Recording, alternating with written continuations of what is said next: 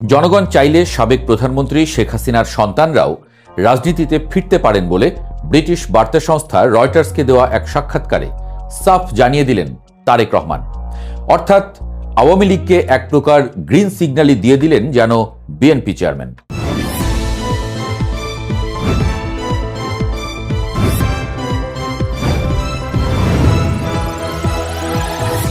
নিজ দলে ভোট টানতেই হোক বা অন্য কোনো কারণ, আওয়ামী লীগকে বেশ সমীহ করেই কথা বলতে দেখা যাচ্ছে বিএনপি নেতাদের। মির্জা ফখরুল ইসলাম আলমগীর প্রকাশ্যেই ঘোষণা দিয়েছেন ভালো আওয়ামী লীগারদের কোনো ধরনের হয়রানি করবে না বিএনপি। এবার তারেক রহমান বললেন রাজনীতি করার অধিকার সবারই আছে, সে যদি হয় শেখ হাসিনার সন্তানও। শেখ হাসিনাও যেহেতু এখনো সক্রিয়, আদতে গ্রিন সিগন্যালটা শেখ হাসিনার দিকেই বর্তায় বলে মনে করছেন বিশ্লেষকরা। শুক্রবার ব্রিটিশ বার্তা সংস্থা রয়টার্সকে দেওয়া এক বিশেষ সাক্ষাৎকারে বিএনপি চেয়ারম্যান তারেক রহমান যে বক্তব্য রেখেছেন তা কেবল একটি রাজনৈতিক মন্তব্য নয়, বাংলাদেশের আগামী রাজনীতিতে এক সুদূর প্রসারী বিনিয়োগ বলেই মনে করছেন বিশ্লেষকরা। জুলাই গণ অভ্যুত্থান পরবর্তী বাংলাদেশে যখন রাজনৈতিক মেরুকরণ তীব্র, সাবেক প্রধানমন্ত্রী শেখ হাসিনা ভারতে এবং আন্তর্জাতিক অপরাধ ট্রাইব্যুনালে তার মৃত্যুদণ্ডের রায় ঘোষিত হয়েছে, ঠিক সেই মুহূর্তে তারেক রহমানের ইনক্লুসিভ বা অন্তর্ভুক্তিমূলক রাজনীতির এই বার্তা বেশ তাৎপর্যপূর্ণ।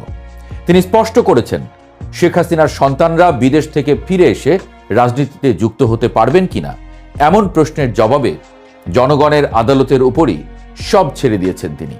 বলেছেন যদি কাউকে মানুষ গ্রহণ করে, যদি মানুষ তাদের স্বাগত জানায়, তাহলে যে কারো রাজনীতি করার অধিকার রয়েছে।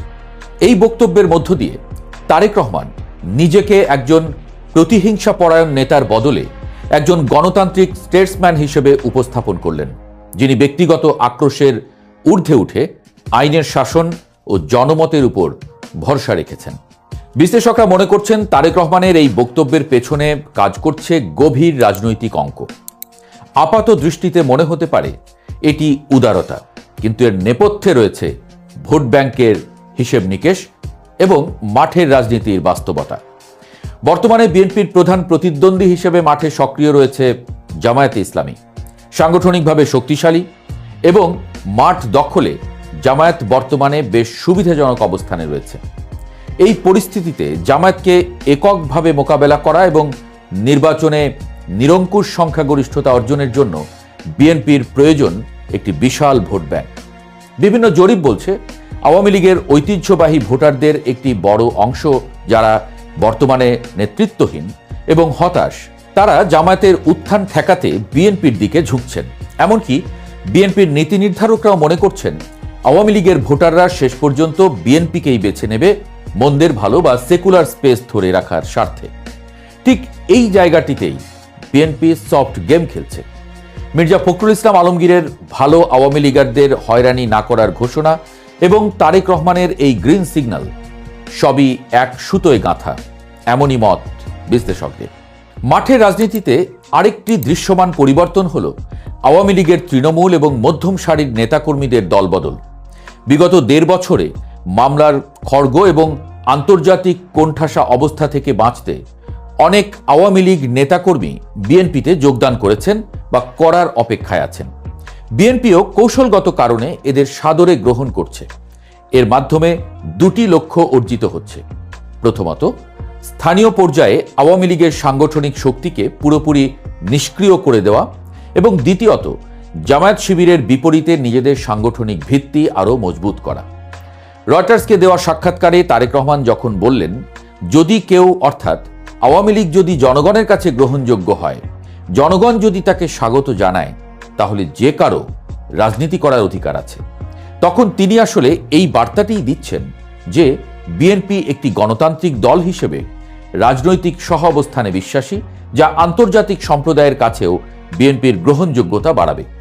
বিশেষ করে পশ্চিমা বিশ্ব যখন বাংলাদেশে একটি সুষ্ঠু এবং অংশগ্রহণমূলক নির্বাচনের দিকে তাকিয়ে আছে, তখন প্রধান বিরোধী নেতার মুখে এমন সহনশীল বক্তব্য তার ভাবমূর্তি উজ্জ্বল করবে।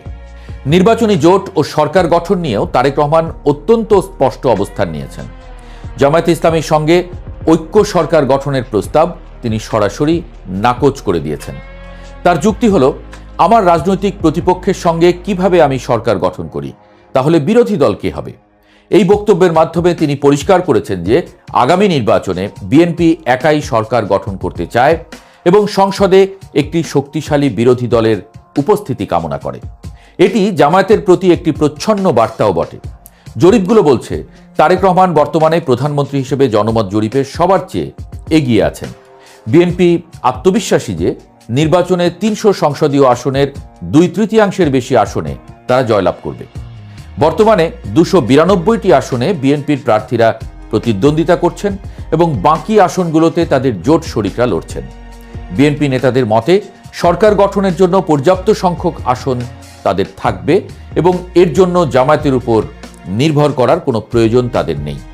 জামায়াতকে জোটে না নেওয়ার সিদ্ধান্তটি বিএনপির দীর্ঘমেয়াদী কৌশলের অংশ, যেখানে তারা উগ্র ডানপন্থী তকমা ঝেড়ে ফেলে একটি মধ্যপন্থী উদার গণতান্ত্রিক দল হিসেবে নিজেদের প্রতিষ্ঠিত করতে চাইছে। শুধু অভ্যন্তরীণ রাজনীতি নয়, পররাষ্ট্রনীতির ক্ষেত্রেও তারেক রহমান ভারসাম্যপূর্ণ এবং বাস্তববাদী দৃষ্টিভঙ্গি তুলে ধরছেন। নির্বাচনে জয়ী হলে ভারত থেকে সরে গিয়ে চীনের দিকে ঝুঁকবেন কিনা এমন প্রশ্নের জবাবে তিনি আবেগের চেয়ে জাতীয় স্বার্থকে প্রাধান্য দিয়েছেন। তিনি বলেছেন, বাংলাদেশের প্রায় 17.5 কোটি মানুষের অর্থনৈতিক প্রবৃদ্ধি ত্বরান্বিত করার সক্ষমতা রয়েছে এমন অংশীদারদের প্রয়োজন। তার মতে দেশের স্বার্থ ও সার্বভৌমত্ব রক্ষা করে যারা জুৎসই প্রস্তাব দেবে তাদের সঙ্গেই বন্ধুত্ব রাখা হবে, নির্দিষ্ট কোনো দেশের সঙ্গে নয়। অর্থাৎ ভারতের সঙ্গে বৈরিতা নয়, আবার চীনের দিকে অন্ধ ঝুঁকে পড়াও নয়, বরং সবার সাথে বন্ধুত্ব, কারো সাথে বৈরিতা নয় নীতির আধুনিক সংস্করণ। তিনি জোর দিয়েছেন তরুণদের কর্মসংস্থান এবং ব্যবসা বাণিজ্য প্রসারের উপরে। তিনি জানান, আগামী দিনের রাজনীতিতে টিকে থাকতে হলে তরুণ প্রজন্মের আকাঙ্ক্ষাকে পূরণ করতে হবে। আমরা যদি সরকারে থাকি তাহলে আমাদের তরুণদের জন্য কর্মসংস্থানের ব্যবস্থা করতে হবে, দেশে ব্যবসা বাণিজ্য আনতে হবে যাতে নতুন চাকরি সৃষ্টি হয় এবং মানুষ ভালো জীবনযাপন করতে পারে। তারেক রহমানের এই কথাগুলো প্রমাণ করে যে তিনি কেবল ক্ষমতার পট পরিবর্তন নয়, বরং অর্থনৈতিক মুক্তির স্বপ্ন দেখাচ্ছেন। তারেক রহমানের এই সাক্ষাৎকার এবং সাম্প্রতিক রাজনৈতিক পদক্ষেপগুলো বিশ্লেষণ করলে বোঝা যায়, বিএনপি নানাভাবে প্রমাণ করতে চাইছে বিএনপি এখন আর কেবল রাজপথের আন্দোলনকারী দল নয়, রাষ্ট্র পরিচালনার জন্য প্রস্তুত দলটির নামও বিএনপি। শেখ হাসিনার সন্তানদের অর্থাৎ জয় পুতুলদের রাজনীতিতে ফেরার বিষয়ে তার ইতিবাচক মন্তব্য আদতে আওয়ামী লীগের সাধারণ সমর্থকদের আশ্বস্ত করার একটি কৌশল, যাতে তারা জামায়াতের দিকে না ঝুঁকে বা নির্বাচন বর্জন না করে বিএনপির বাক্সে ভোট দেয়। জরিপে তারেক রহমানের প্রধানমন্ত্রী হওয়ার সম্ভাবনা এবং আওয়ামী লীগের ভোটারদের বিএনপির দিকে ঝুঁকে পড়ার